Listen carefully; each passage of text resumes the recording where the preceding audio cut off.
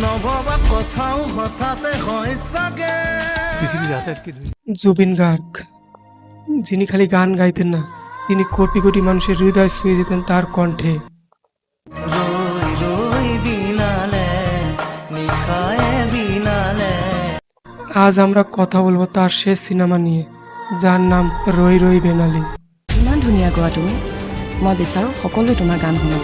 এই নামটার মধ্যে যেন একটা কান্না লুকিয়ে আছে, একটা মায়া লুকিয়ে আছে। রই রই বেনালি মানে কেঁদে কেঁদে ভেসে যাওয়া। ঠিক যেমন তার চলে যাওয়ার পর গোটা আসাম কেঁদেছে। চলুন আজ জানি এই সিনেমার পিছনের অজানা গল্প, কেমন করে জুবিন গার্গ নিজের জীবনের শেষ সময় একটা গল্প বুনেছিলেন, কেমন করে তার প্রিয়জনেরা সেই গল্প পূর্ণ করতে লড়ছেন। বন্ধুরা, জুবিন গার্গের নামটা আমরা সবাই জানি। তিনি একজন গায়ক নন, তিনি একজন ভালোবাসা, একজন অনুভূতি। তার গান মানে শৈশবের স্মৃতি, প্রেমের ব্যথা, জীবনের আশা ও আঘাতের স্মৃতি। কিন্তু হয়তো অনেকেই জানে না, তিনি ছিলেন একজন ফিল্ম মেকার, লেখক, অভিনেতা, পরিচালক পর্যন্ত। হ্যাঁ ভাই, জুবিন গার্গ সিনেমা বানাতে খুব ভালোবাসতেন।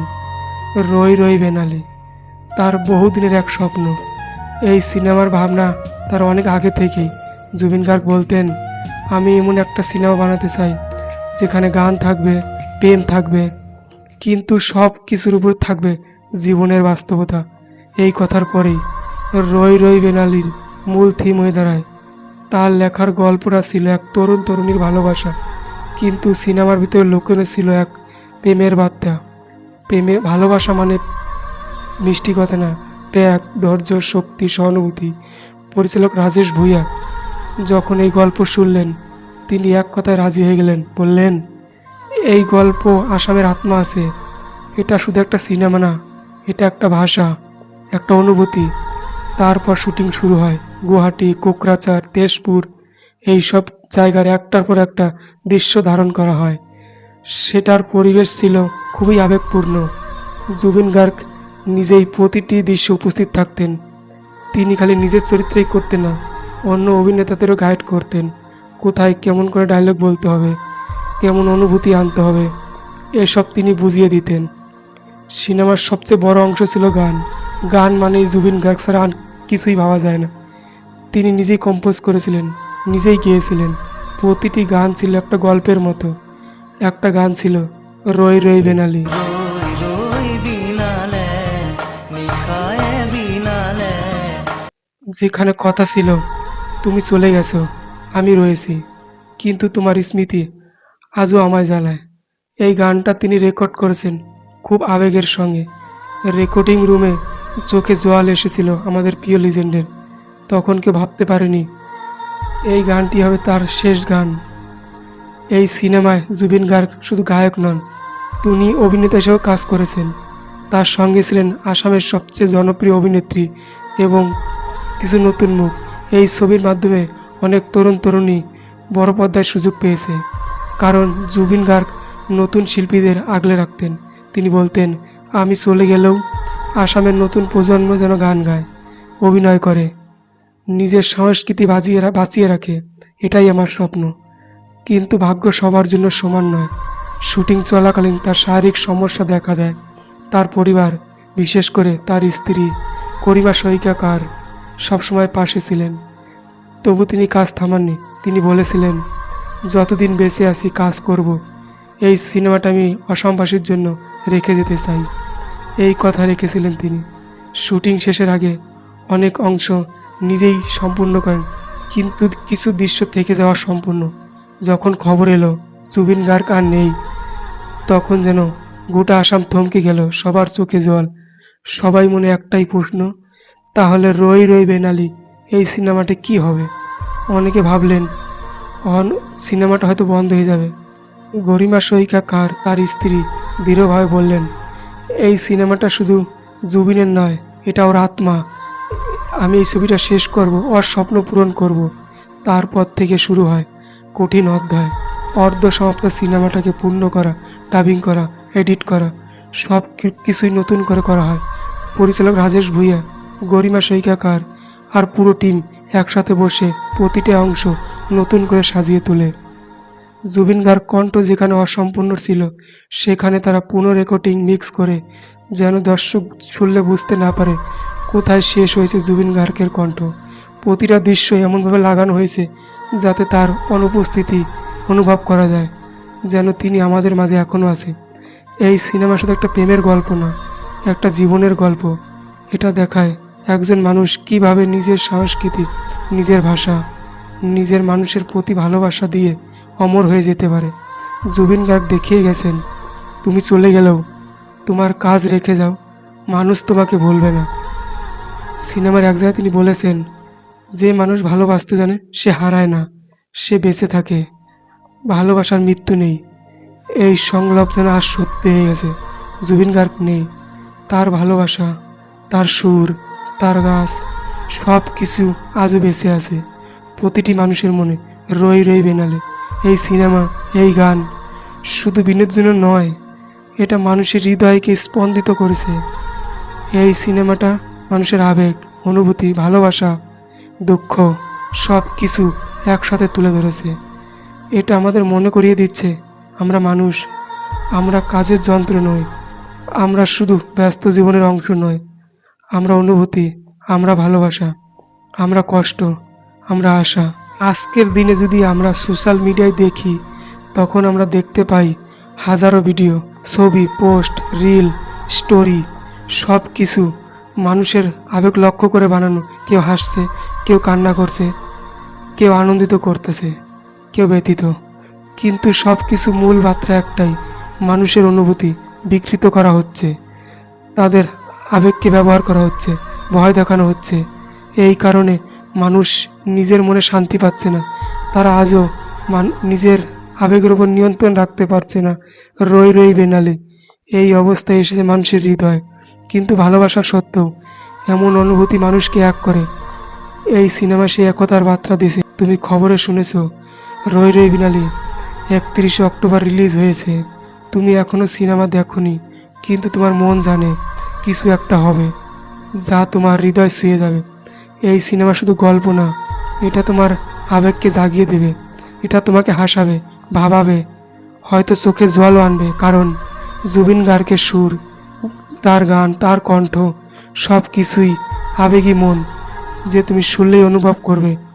শেষমেশ একটা কথাই বলবো, প্রতিটি অনুভূতির গুরুত্ব, প্রতিটি অনুভূতির গুরুত্ব, প্রতিটি মুহূর্তের গুরুত্ব রই রই বেনালি তোমাকে মনে করিয়ে দেবে জীবন অনুভব করার জন্য জীবনে কষ্ট, ভালোবাসা উভয়ই দরকার।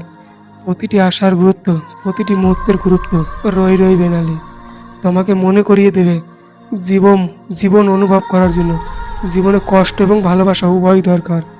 তুমি অপেক্ষা করো, প্রস্তুত হও।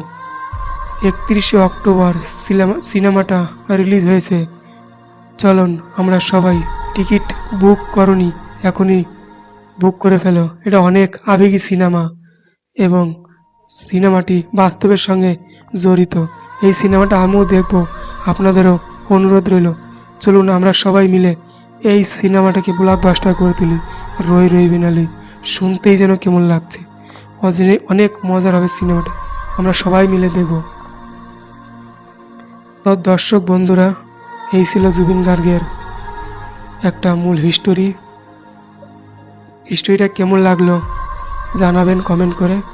আমি ছোট্ট একটা বাউল গান করছি, গানটা কিরম লাগে ওটাও কমেন্ট করে জানাবেন।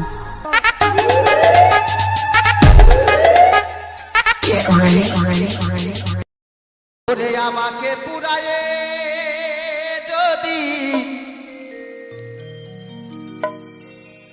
তুমি শান্তি পাও মনে, এই নিজের হাতে তুলে দিও নবদ্বীপ চিতার আগুনে, ও পাশানি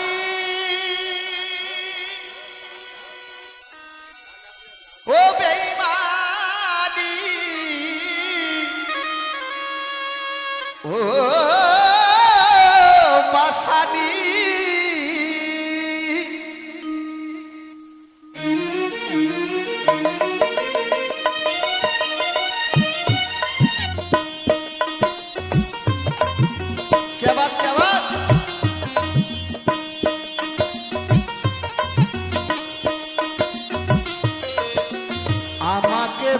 পুরায়ে যদি শান্তি পাও মনে,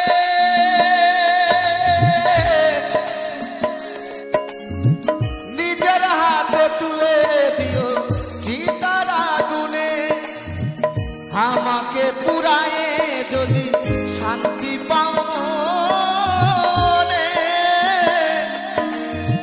নিজের হাতে তুলে দিও চিতার আগুনে। পাশানি পাশানি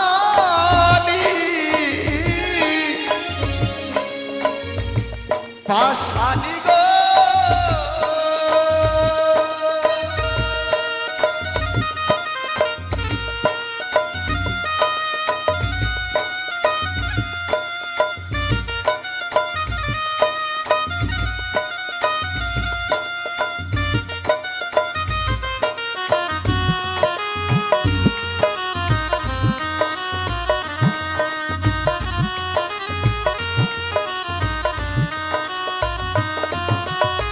কি যে আগুন জ্বালায়েছ আমার কলি যায়,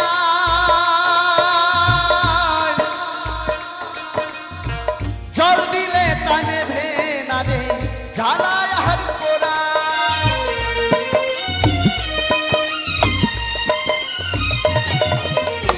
কি যে আগুন জ্বালায়েছ আমার কলি যায়,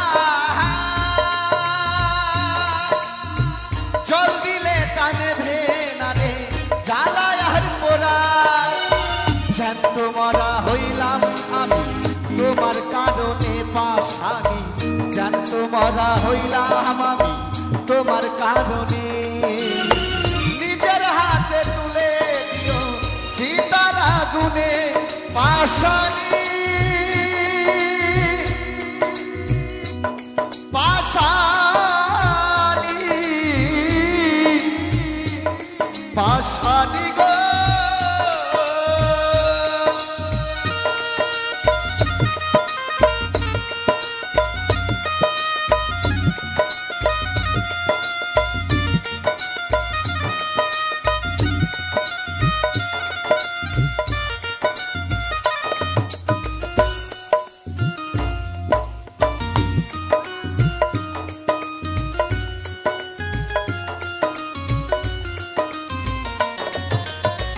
নাই কি দয়া নাই কি মায়া,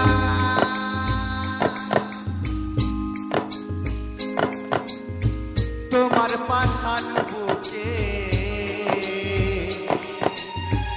আমায় করে সর্বহারা আছো কত সুখে।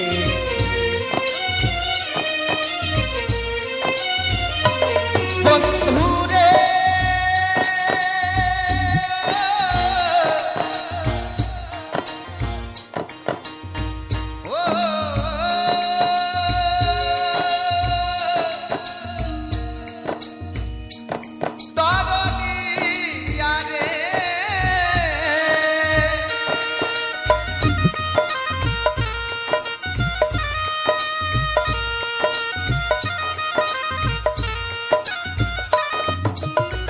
নাই কি মায়া নাই কি দয়া, তোমার পাশান বুকে আমায় করে সর্বহারা আছো কত সুখে।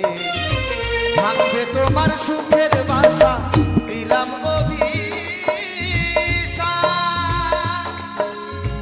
বিধাতাকে বিচার দিলাম করবে না সে মা।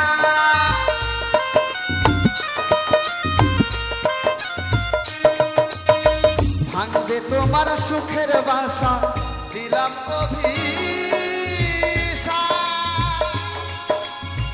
বিধাতাকে বিচার দিলাম করবে না সে মা। পবিত্র কয় সুখাই না জল আমার নয়নে পাশানি, পাপী বলে সুখাই না জল আমার নয়নে, নিজের হাতে তুলে দিও চিতার আগুনে। পাশানি পাশানি পাশানি পাশানি